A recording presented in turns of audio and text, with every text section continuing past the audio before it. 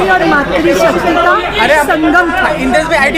भगवती माता अहल्याबाई होलकर के लिए, उनके पुण्य स्मरण के लिए, मातृवंदना के लिए हजारों की संख्या में आज यहाँ दुर्गाएं एकत्रित हुई थी। इस संकल्प के साथ जो हमारे देश धर्म पर चुनौतियाँ हैं उसको हम स्वीकार करते हैं और भारत की भूमि सनातन भूमि है, इसकी व्यवस्था, इसकी परंपरा में प्रदूषण पैदा ना हो उसके लिए उन्हें सजग रहना है। बहुत सारी घटनाएं घटती हैं जो देश के अंदर, उससे मन उद्वेलित होता है।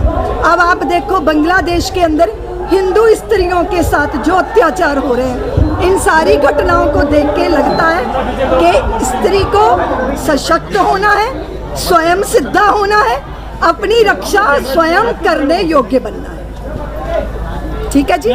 दीदी माँ, जिस तरह का माहौल देश में चल रहा है, बहन बेटियों के साथ में जो जिस तरह का दुराचार हो रहा है उसको लेकर क्या कहना चाहिए? इसी सवाल में देखिए, संस्कारों का प्रबल होना बहुत जरूरी है। ऐसे दुष्टों को बहुत कठिन कठोर दंड मिलना चाहिए और घर घर के अंदर एक संस्कारों का वातावरण बने। हिंदू राष्ट्र की इस प्रकार की जो घटनाएं होती है, जो महिलाओं के साथ अत्याचार होते हैं, वो राजनीति की भेंट चढ़ जाते हैं, राजनीति हो जाती है उन पर। उन राजनेताओं को क्या कहेंगे आप? देखिए, राजनेता थोड़ी हमारी रक्षा करेगा।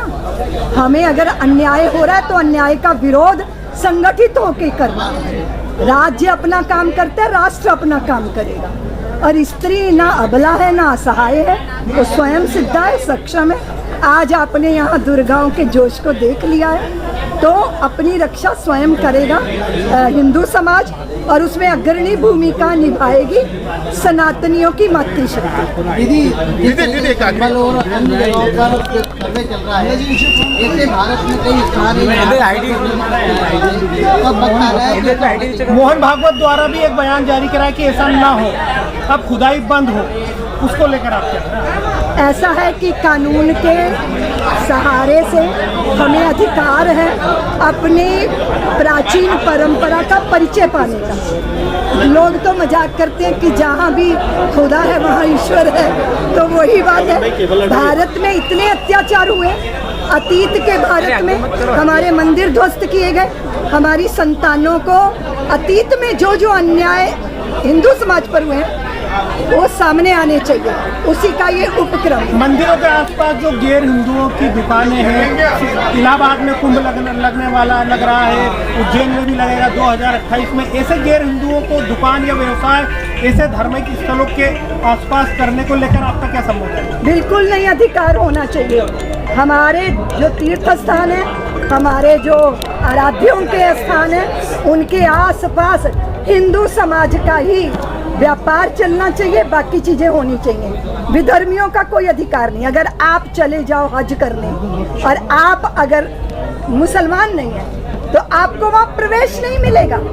तो हमारे यहाँ इतनी छूट दे दी गई, और सबसे दुर्भाग्यपूर्ण है कि लोग छदम नाम से ये सब कर रहे हैं। हमारे यहाँ जब देवों की आराधना की जाती है, वहाँ खान पान की पवित्रता सबसे महत्वपूर्ण बात होती है। तो जब वो व्यवस्था विधर्मियों के हाथ है तो कौन गारंटी देगा कि उस खान पान में पवित्रता है कि नहीं? इसीलिए ये तुरंत परिभाव से ये होना चाहिए। हमारे सभी तीर्थों पे, सभी धर्म स्थानों पे विधर्मियों का क्या मतलब? जो भगवान को भगवान नहीं मानते, भारत भूमि को माँ नहीं मानते, और जिनकी विचित्र विचित्र चीजें हैं वो थूकते हैं, किस किस तरह की उनकी हरकतें हैं, वो देख के लगता है कि ये बिल्कुल उचित नहीं है। और इसके लिए तुरंत प्रभाव से ये कार्य होना चाहिए। हमारे तीर्थ निरापद कर दो, हमारे देवस्थानों के आसपास हमारे आराध्य के भक्ति होने चाहिए।